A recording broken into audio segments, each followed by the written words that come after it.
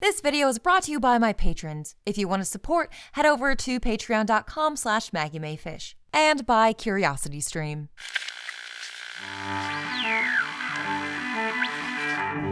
Not that I can think of. No long-term side effects. Oh, I gotta go. Sorry, I didn't see you there. There was my old recruitment officer conducting a survey of my time with MK Ultra. Today, we have two movies. One of them is big and loud, and the other one is small and quiet. But both look at the different challenges veterans face after coming home from war. I have to give a bit of a warning that we'll be discussing some sensitive topics, including PTSD, and spoiling a few moments from Rambo and the Straight story. Though I believe a good movie can stand up even if we spoil a thing or two. So, let's take a look at these two films in conversation. So, to get this story straight, I'm going to first start with the real story. In 1994, 73-year-old Alvin Straight wanted to visit his 80-year-old brother, Henry, who had just suffered a stroke. Alvin couldn't get a driver's license because he could no longer pass a vision test, and he refused to let anyone else drive him. So, he decided to travel 240 miles to Wisconsin by himself on his lawnmower. After Alvin made the trip, Henry recovered from his stroke and moved back to Iowa to be closer to his family. It feels like a uniquely American tale, a simple, heartwarming story of the love between two brothers. And the 1999 film adaptation by David Lynch is, on its surface, also quite simple. You could argue on a scale of most Lynch to least Lynch, this movie is his straightest story. But Lynch himself would disagree with you, because of course he would. He has described the Straight story as his most experimental film, and for my money, it's certainly his most vulnerable film, a pared-down story stripped of the surreal Lynchian aesthetics that we expect from his work. Lynch uses the feel-good story of Alvin Straight to deconstruct American mythology and weave a devastatingly emotional tale. One made even sadder when coupled with the real-life tragedy of its star, Richard Farnsworth. A year after the Straight story was released, he took his own life after a long struggle with debilitating cancer. Alvin Straight lives a simple life. He wants to do things his own way. He speaks in plain, straightforward language. Well, Tom, I got $325. That's a fact. As Lynch unfolds the story, we start to see contradictions between what Alvin says and the life he's lived. Alvin will say both, "Family is the most important thing in the world," and then later reveal that he's been estranged for years from most of his family members. He's a proud veteran of World War II and the Korean War, relying on his experience as a soldier while camping in Wisconsin. But later in the film, he describes the pain and trauma that war brought into his life that never went away. This simple, straight-shooting man is a walking or lawnmower riding, pause for applause, contradiction. Okay, so let's talk about Rambo. First Blood, better known as the first Rambo movie, is the story of former Green Beret and veteran of the Vietnam War, John Rambo, who, like Alvin Straight, is also on a journey to reconnect with someone from his past. But while the Straight story ends with a reunion, in the first scene of First Blood, John Rambo learns that the old soldier friend he's trying to visit died from cancer brought on by Agent Orange, a chemical weapon used by the U.S. during the war. The local sheriff spots Rambo walking on a highway and demands that he leave town because of his disheveled look. Rambo refuses to obey and he's arrested. After being threatened and abused by the sheriff's deputies, Rambo breaks loose, and the rest of the film follows Rambo evading and ultimately waging war against local law enforcement and the National Guard. We tend to remember the character Rambo more from the action-packed, blood-drenched, violence-glorifying sequels and their many parodies than for what the film series actually started out as. We think of Rambo, the emotionless killing machine. But First Blood is first and foremost about his emotions. The PTSD he suffers from is a result of being tortured in Vietnam. Rambo is carrying the weight of loss and isolation as the last surviving member of his Special Forces unit. It's about how the system that sent him off to battle not only turns its back on him, but actively persecutes him for simply trying to live his life back in America. And unlike Alvin Straight, who speaks plainly and directly, John Rambo is almost speechless, usually standing silently with a 1,000-yard stare. These two movies feel like they couldn't be more different, and yet, thematically, they're strikingly similar. And that transition came courtesy of my 7th grade book report on The Great Gatsby and You're a Good Man, Charlie Brown. Both movies show the aftermath of the pain and trauma that soldiers experience in war. Both movies show the consequences of a system that sends people off to die in battle, then refuses to offer mental health services to those same veterans when they return home. Look at this. What the hell's he been into? Who gives a shit? Both Rambo and Alvin Straight are on a journey. Physically, they're on a journey to reconnect with people from their past, and symbolically, they're fleeing from the pain of their past. The Straight story focuses on the troubled relationships between the members of a family, and First Blood focuses on the troubled relationships between those who use violence to control our society and those of us who are subject to that control. Like every Lynchian film, the Straight story has layers. What's happening, and then what's happening around what's happening. There's a moment where Alvin camps by the side of the road for the night, and he's joined by a young runaway who's worried her family won't want her back if she tells him that she's pregnant. Alvin tells her a parable he used to tell his own kids. If you hold one stick, you can break it in half easily. But if you bundle a bunch of sticks together, they become strong. That's family. Alvin tells the young runaway, as he reassures her that, of course, they'll accept her. It feels like a heartwarming, Hallmarkian scene, but that story is a reference to a scene from Kurosawa's Ran. In that film, a warlord tells the same story, this time about a bundle of arrows to his 3 sons. He hopes to encourage them to work together after he divides up his kingdom between them so that he can retire.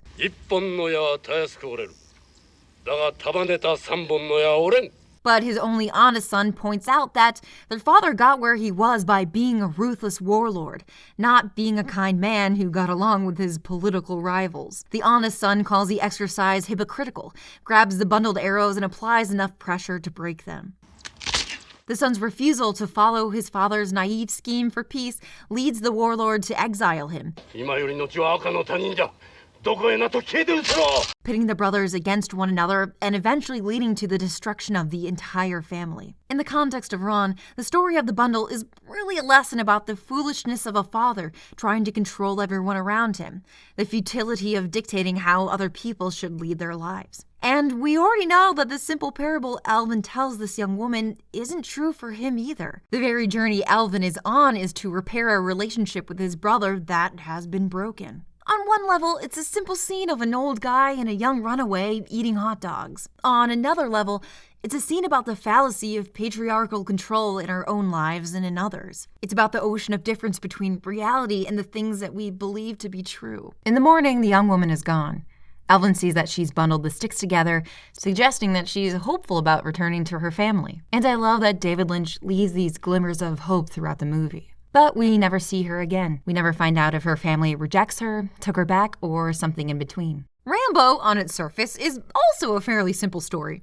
A guy gets pulled over, roughed up by the police, escapes and embarks on a survival mission. But it's the second layer that adds complexity. Rambo isn't just some guy. He's a Green Beret, a decorated war vet who is back in America and left adrift. It completely changes the power dynamic that the cops were relying on, and still rely on. If you're looking for trouble, you came to the right place, buddy. To cover up their own abuse and misuse of power. It points to the hypocrisy of a government that sends young people off to faraway countries to die in the name of freedom, but refuses to support those same veterans if they return home in a condition that society deems broken. In one of the first scenes, the sheriff sees an American flag patch on Rambo's jacket and says, "You know, wearing that flag on that jacket, looking the way you do, you're asking for trouble around here, friend." The sheriff also has an American flag patch, but he doesn't see it as a symbol that bonds them together. The sheriff offers to drive Rambo out of town and gives a very succinct description of policing in America. It's a quiet little town. In fact, you might say it's boring. But that's the way we like it. And I get paid to keep it that way. People like Rambo don't have a place in this town. They're an expendable commodity. The sheriff wants to enjoy the fruits of imperialistic wars, but doesn't want to face the human cost of those wars. Before we get too far into Rambo, though, I do feel the need to point out a few problematic things about the movie. First, although the film does show the class divide between Rambo and the sheriff, it really doesn't have any time for anyone who isn't white. Presumably, the guy who Rambo goes to meet in the intro is black, but we don't actually see his face, and his family is quickly left behind by the narrative. Second, the few shots of Vietnamese people are predictably racist. These caricatures don't show the horrors of war. Instead, they show the horrors of evil foreign communists. Rambo was apparently special forces, so it is worth questioning whether he's guilty of war crimes himself. But the movie isn't interested in that side of the war, and we conveniently don't see any footage of Rambo killing anyone in Vietnam. Apparently, Stallone had a lot of input in adapting the novel to the screen, and from what I can tell, he made changes that would ensure the character is much more sympathetic and much less of a bloodthirsty killing machine. And Stallone seems to have been right. American audiences in 1982 were eager to see a movie about the downsides of Vietnam, as long as those downsides were limited to the way it affected a white male super soldier, and as long as the imperialistic motives for the war were left out. The National Guardsmen, who are characterized as incompetent weekend warriors, even brag about how they're going to get their picture in Soldier of Fortune magazine when they believe that they've killed Rambo. All right, Nick, one more for Soldier of Fortune. Soldier of Fortune? This could have been a meaningful criticism of macho, gun-loving American culture. But when you look at it in context, the way Rambo's past is romanticized and glorified, the scene isn't a criticism of that particular type of masculinity. It's a criticism of the National Guardsmen for not being macho enough, which I guess isn't surprising when you consider the film was rewritten by a macho bodybuilder celebrity. The mythic nature of Rambo has also had a big impact on how we remember anti-war protesters. At the end of the movie, when Rambo finally breaks down crying, letting out all of his emotions to Colonel Troutman, he rattles off all the terrible things that happened as a result of the war. He says that for him, the war isn't over. He mentions being spat on and called a baby killer by protesters. In 1998, Jerry Lemke published The Spitting Image, a study of the widely believed myth that vets were spat on after the war. He found essentially no first-hand accounts to support these claims. Instead, he argues that the myth was pushed by the Nixon administration to drive a wedge between vets and anti-war protesters. In reality, vets protested alongside anti-war protesters. The myth was then picked up again by the Bush administration, the other Bush administration, Daddy Bush, and used to silence protesters against America's involvement in the Gulf War. Time is a flat circle, nothing matters, and we're in an infinite loop of terrible. Lemke points to First Blood as one of the films that popularized this myth in the American consciousness. Thematically, John Rambo's final anti-protester monologue contradicts pretty much the entire rest of the movie. The movie sets up patriarchal authority as the enemy for most of the narrative,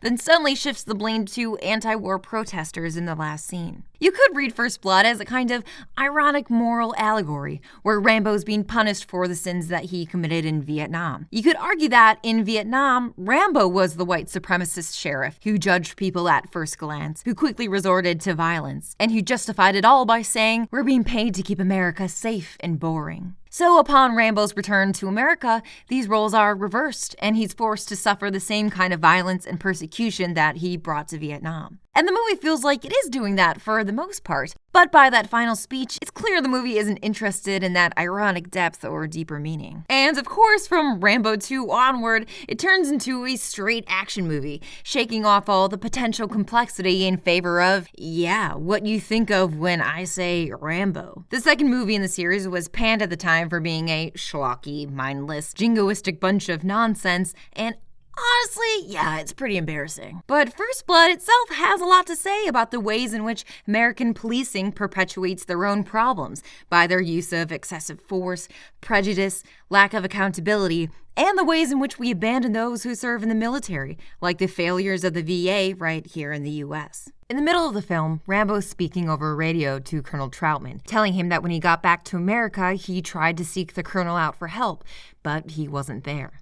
I tried to get in touch with you, but the guys at Bragg never knew where to find you. All Rambo was asking for was someone to talk to, and the military couldn't even give him that. This theme of connection is echoed in one of the most emotional scenes in the Straight story. When Alvin stops to get his lawnmower repaired, he meets another veteran named Verlin, who invites him for a drink.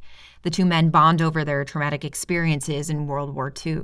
Alvin connects his alcoholism directly to the war. The reason I was drinking, I was seeing all them things here that I'd seen over there. Verlin tells Alvin about the time he watched helplessly from a distance as a German plane dropped a bomb, killing all of his friends while they were just waiting to be served a meal. This prompts Alvin to say that he still sees young faces, frozen in time, of both the friends he lost and the Germans that he killed. Then Alvin talks about his time as a sniper, waiting patiently, looking for targets, sometimes just firing at movements in a bush. He mentions a particular instance when he saw something moving really slowly. I waited 10 minutes. It moved again, and I shot. The next day, when they found the body, Alvin realized he'd killed one of his own friends, a young American scout. Everyone else in his unit assumed a German sniper had shot the scout. Everyone, all these years, everyone but me.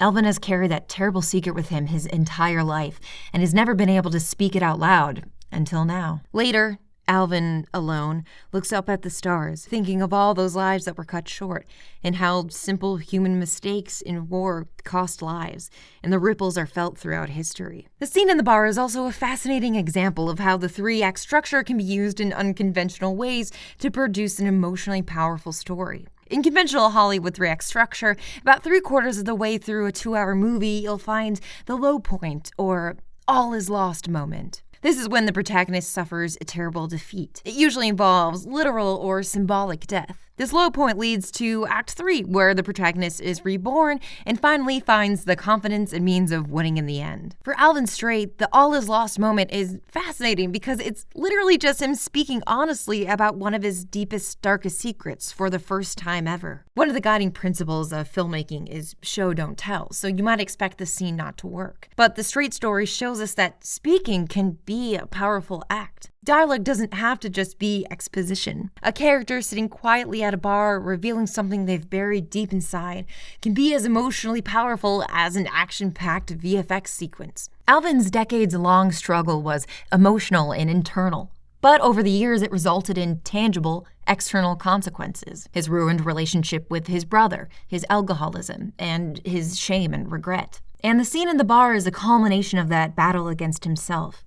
A battle he finally overcame by being vulnerable and connecting with someone who could hear his pain. The film may be slow-paced and quiet at first glance, and Farnsworth's performance may be subtle and simple on the surface. But looking deeper, we find the tragic, devastating portrait of a man whose entire life was ruined by war, who was unable to even speak to the darkest truths until late into his old age. Now, I'm no soldier, I have bone spurs, so I asked my friend Cristian Ramirez to give us some insights from his first-hand experiences as a veteran of the Army. I'm going to show you a few highlights from our conversation now, and if you want to hear more from him, you'll be able to watch the full interview in a video that I'll link below. Cristian told me about why he joined the Army and how his experience serving in Iraq strengthened his beliefs in social programs. He gave me his thoughts on the Straight story and Rambo, and finally some of his experiences interacting with Vietnam veterans at the VA. Hello, Cristian. Thank you Hey, Maggie. so much for joining me. Hello. Yeah. I joined the Army when I was like 19, so 2006 to 2011. I was in the infantry specifically. I was deployed twice to Iraq. I was a kid that when I was in my like sophomore and junior year, we did walkouts protesting the Iraq War. Wow. So, yeah. My school did not do anything like that. That's awesome. Wow. Our core groups did, You and your punk band. Well, yeah. I mean, Yeah, all the other members did. Yeah. And so I joined mostly because the fear of taking out student loans at the time was something that if you're not educated at all with finance, it's hard to view a student loan as like an opportunity more so than this thing that's going to be hanging around my neck. Like recruitment depends on you having a hard time. It's the fact that you've your whole life been worried about money and like housing and when am I gonna like my next meal and stuff like that, and they provide it for you. And on top of that, I'm gonna be able to go to college afterwards. There's a lot of people that share my experience and become far leftists, people that believe in socialism and social welfare programs. All the base needs are covered when you're in the military because they understand that they need somebody who is housed, fed, and cared for to actually be able to be ready to do your job in a combat situation or in any situation. My experience in the military made me believe in more social programs, like the need for it for everybody. Because why wouldn't we want a populace that was taken care of and educated and all of that stuff? And I think that's not an uncommon experience for a lot of veterans. You understand when you're in the military that people that are officers, a lot of times, who end up being safer because they're not necessarily directly in the line of fire or on the front lines, those are people that just had the luxury of being able to go to college first. It's not that they are inherently more competent than anybody else. My experience in the Army not only made me very aware that socialism is something that works and is beneficial to a populace, but also it reinforces the classism in the United States. The Straight story does a really good job of showing that the need for community, I guess. Talking about traumatic stuff is not something that is easy for anyone. And so finding somebody who you can actually relate to is even harder than just being able to talk to somebody about it. And it's something that a lot of veterans have a lot of shame about their PTSD, and they don't, and like I said, it's something that you don't want to admit you need help with. It was a very touching moment in that movie, and it was very, very real. I think Rambo 1, I will say, is the best Rambo. Oh, absolutely. I do think Rambo 1 especially, I think it's really great because it has this aspect of dealing with cops, and being unhoused and facing that kind of thing is something that's so common. It's more common with veterans than a lot of other groups of people. And it's not like he's even trying to stay in the town or anything. Yeah, he was almost like leaving on his way out. Yeah. And the cop was like, I need to assert my authority over you. Because Rambo's special forces veteran and everything, you can make a movie out of it. But a lot of unhoused people don't have any recourse for that. They just get bullied by the cops. That is a very real thing that, of course, I didn't really think of that much before this viewing of Rambo specifically. I mean, I've spoken to Vietnam veterans just because when you're in the VA trying to use services, you you run into veterans and you talk and you share stories. And the whole being spat on, the baby killer thing, that doesn't tend to happen. This generation of veterans has a lot in common with Vietnam veterans. We don't know why we were there. We don't know what we were doing. It's just that these politicians and these people, these wealthy people, said we need to go here for whatever reason, and we don't know why. It's just, no, you go here and you secure this area. I hate hearing Ted Cruz or even Joe Biden saying, God protect our troops, because, man, you have the ability to do that. Don't ask God to do it. Why leaving it up to chance? Yeah, exactly. Thanks, Cristian. You can follow Cristian on Twitter, link in the description box below. If you haven't seen The Straight Story, I really do hope that you check it out. It's the kind of movie that's so powerful, it really can't be spoiled, even if you know the ending. Which was why I didn't feel bad about talking about all these plot points, knowing that most people haven't heard of it. Watching it also really opens up David Lynch's other works in interesting ways, since it's a completely different side of his artistic voice. And the next time you watch Rambo, I hope you're able to appreciate it as more than just a goofy action movie, despite the large ideological turn at the end, of course. There's a lot of depth to these two stories. Yes, even to Rambo, but the ending of each film is so simple. Two men connecting for the first time in years. Rambo ends with two men hugging and Rambo crying. And The Straight Story ends with two brothers looking up at the stars, just as they did when they were best friends as young boys. The American concept of individuality has always only been for straight, white, affluent men. And it comes at the cost of women, immigrants, minorities, the unhoused, queer people, the working class, and yes, even veterans. But even for those who do get to test drive the American dream, there's a price for that kind of freedom. Bury your emotions, bury your true identity and feelings, conform, obey, and when the system no longer has any use for you, you'll be cast aside. In this type of society, which values strong, silent type men over everything else, one man simply connecting with another man about their true feelings is a transgressive act. And that might be the most important lesson that we learned from David Lynch and his beautiful Straight Story. And, from Rambo, I guess. Thanks, Rambo. War. It's fantastic. Ooh, Wasn't that a touching conversation? I'll be right back in a moment to wrap things up, right after a brief message from our sponsors.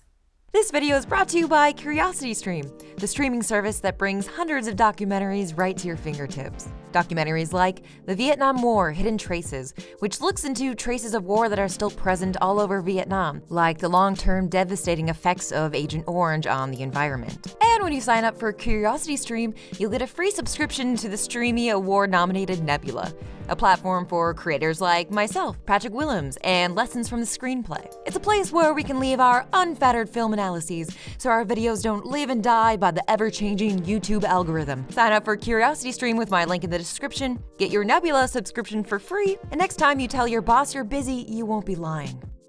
I hope you enjoyed our films and conversation. Thank you so much to my dear friend Cristian Ramirez for joining me. If you liked the video, be sure to like, subscribe, and comment below with a movie ending that always makes you cry. Join us next time when we discuss 2 more films in conversation. Oh, it's getting late.